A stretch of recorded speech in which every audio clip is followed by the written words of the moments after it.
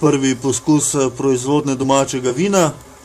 Poskusili bomo z 10 litri vode, 2 kg sladkorja ter tale magični Superjet prašek. Se pravi, 2 sladkorja, 2 kg stresemo v 10 litrov vodo ter dodamo pač tale super kvas in po 28 urah naj bi imeli 13% alkohol.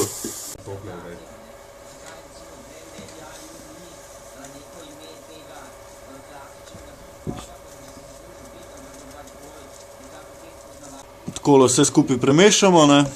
Pa imamo pač nekje v nekem prostoru, kjer pač ne preseže 30 stopinj, ne?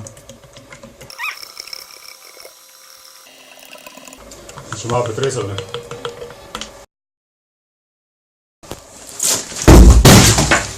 Pa sem ti rekel, ne razbiti, stari. Ok, prvi poskus fermentacije je pač šel v kurac, ne? In zdaj imaš